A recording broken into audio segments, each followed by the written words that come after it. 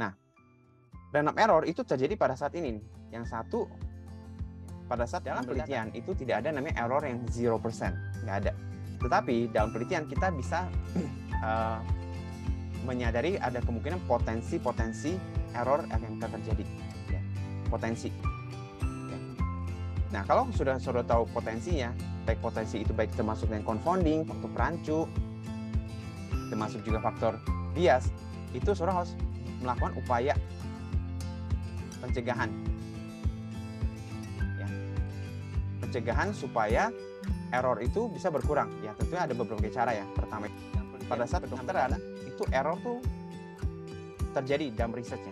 Yang pertama itu ada namanya satu, random error. Ini saya langsung klasifikasi ya, biar saudara paham nih. Ya, ada satu namanya random error. Ada yang kedua itu namanya systematic error.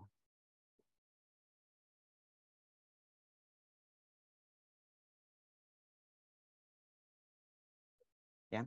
Nah, kalau error itu sebenarnya adalah suatu ketidaktepatan, ya, ketidaktepatan pada saat melakukan pengukuran. Ya, jadi kalau saudara mungkin kalau error itu ada namanya bias, ada confounding juga ya. Ya, jadi kalau saudara mungkin ilustrasinya, kalau saudara mungkin waktu dulu belajar fisika, waktu lihat ada gelas, kemudian saudara lihat ada cangkir yang ada apa? Ada sedotan taruh di sana kan?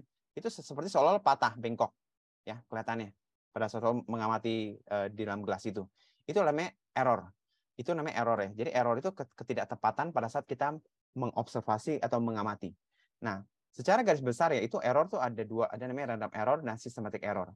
Kalau random error, definisi adalah itu terjadi secara random, acak. Kesalahan pengukuran yang terjadi secara acak, ya. Ingat ya, kalau namanya random error itu pengukuran yang terjadi secara acak. Kalau systematic error itu tidak acak. Definisi operasional saya di sini acak itu bukan acak-acakan maksudnya. Maksudnya terjadi karena by chance ya, secara kebetulan ya. Nah, kalau systematic error itu namanya kesalahan sistematik ya.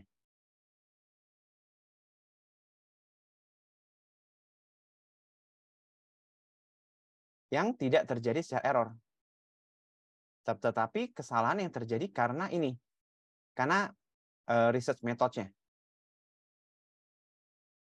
Ya, baik dari metodologinya, pada saat mengambil data, pada saat alat ukurnya, ya alat ukurnya nggak dikalibrasi dulu, ya kalau di kemudian pada saat membaca data, ya kalau di radiologi itu sering terjadi systematic error tuh pada saat dokter radiologi membaca ya kan harus ada namanya dibatasi satu dokter itu maksimal dia harus membaca slide-nya untuk supaya dia tetap punya ketepatan untuk menginterpretasi yang tepat harus dibatasi ada jumlah tertentu. Nggak boleh satu hari langsung baca terlalu banyak karena itu nanti akan kemungkinan itu mengakibatkan terjadinya error. Ya. Nah, random error itu terjadi pada saat ini nih. Yang satu pada saat ngambil data. Ya. Dan itu perlu sebenarnya error itu ada perlu namanya sadari dulu ya. Dalam penelitian itu tidak ada namanya error yang 0%, nggak ada. Tetapi dalam penelitian kita bisa menyadari ada kemungkinan potensi error yang akan terjadi ya. Potensi ya. Nah, kalau sudah tahu potensinya, baik potensi itu baik termasuk yang confounding, faktor perancu, termasuk juga faktor bias, itu saudara harus melakukan upaya pencegahan ya. Pencegahan supaya error itu bisa berkurang. Ya, tentunya ada beberapa cara ya. Pertama itu dengan cara batasi dengan restriksi. Tadi di video sebelumnya saudara sudah belajar tentang itu ya.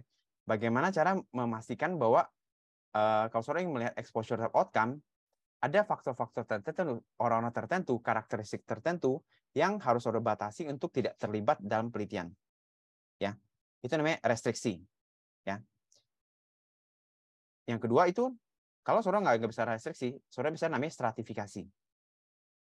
Ya, nanti saudara mau analisis hanya perbandingan ya apple to apple ya, kelompok yang pria bandingkan pria, kelompok wanita bandingkan wanita, kelompok usia muda dibandingkan dengan kelompok usia muda ya, itu namanya stratifikasi. Dan yang terakhir itu bisa dilakukan namanya pencegahan waktu dianalisis dari multivariate. Jadi sebenarnya kalau variable confounding, variable bias itu sudah saudara lakukan, itu sudah saudara sadari pada saat saudara melakukan pengukuran, ya. Pengukuran di mana? Pada saat saudara membuat proposal penelitian, ya. Itu ya di awal, bukan saudara muncul tiba-tiba waktu udah melakukan penelitian terus tiba-tiba ini kayak confounding ya, bukan. Tetapi saudara waktu pertama mulai penelitian sudah sadar bahwa ini kemungkinan potensial confounding yang mungkin terjadi, ya. Oke. Nah, ini namanya random error. Ini terjadi karena sampel, ya, sampel. Saudara kan ambil, ini kan ada populasi real kan, ada populasi namanya populasi yang real, populasi yang nyata. Kemudian saudara ambil karena keterbatasan waktu, keterbatasan hal-hal yang lain, saudara hanya mengambil data berdasarkan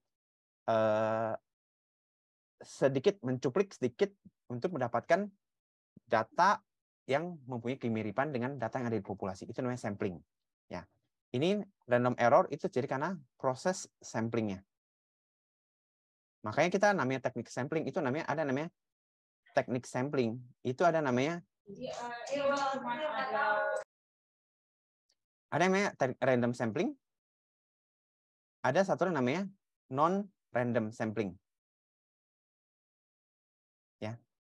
Ingat ya, kalau teknik random itu maksudnya yang proporsional sampling ya.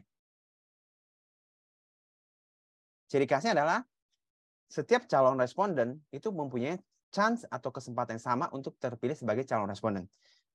Ya, misalnya saya punya data ada 100 mahasiswa ya. Kemudian saya untuk ngambil data penelitian saya nggak butuh, karena kalau saya ambil semua untuk pengukuran saya mesti bayar biaya labnya, saya mesti bayar yang lain-lain, waktunya juga terbatas. Ya, akhirnya saya ambil 30 sampel di antara 100 itu. Nah, ini sampling bisa dilakukan random kalau kita punya database. Sekali ini mesti ada namanya database. Kalau nggak ada database, contohnya mau penelitian ambil sampling di rumah sakit ya. Pak, saya mau ambil sampling Pak buat penelitian radiologi. Caranya gimana? Ya siapa aja pasien yang datang saya ambil. Itu cara random atau bukan random? Kira-kira. Kalau saya mesti ambil sampling, saya butuh 30 responden. Cara ambilnya adalah ya udah pasien yang datang nomor 1 sampai nomor 2, nomor 30 saya ambil, itu random atau nggak random? Kira-kira. Random. Random. Pertimbangan. Nah, pertanyaan adalah, kalau namanya random, itu artinya setiap responden itu punya kesempatan yang sama untuk terpilih sebagai calon responden. Ya, misalnya total sampling ada yang datang ke radiologi ada 200 orang. Ya, yang nomor 1 pasien yang datang pagi nomor 1 sampai nomor 30 itu suruh ambil kan. Padahal ada berikutnya yang datang mungkin agak siangan. Itu ada nomor 31 sampai nomor 100. Lebih sore lagi ada nomor yang 101 sampai 200. Artinya kalau suruh ambil yang sampling ini,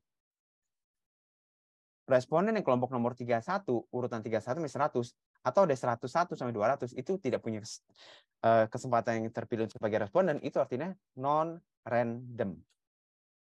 Ya, itu ini kita sebut namanya non-random. Ada beberapa cara yang namanya convenience sampling.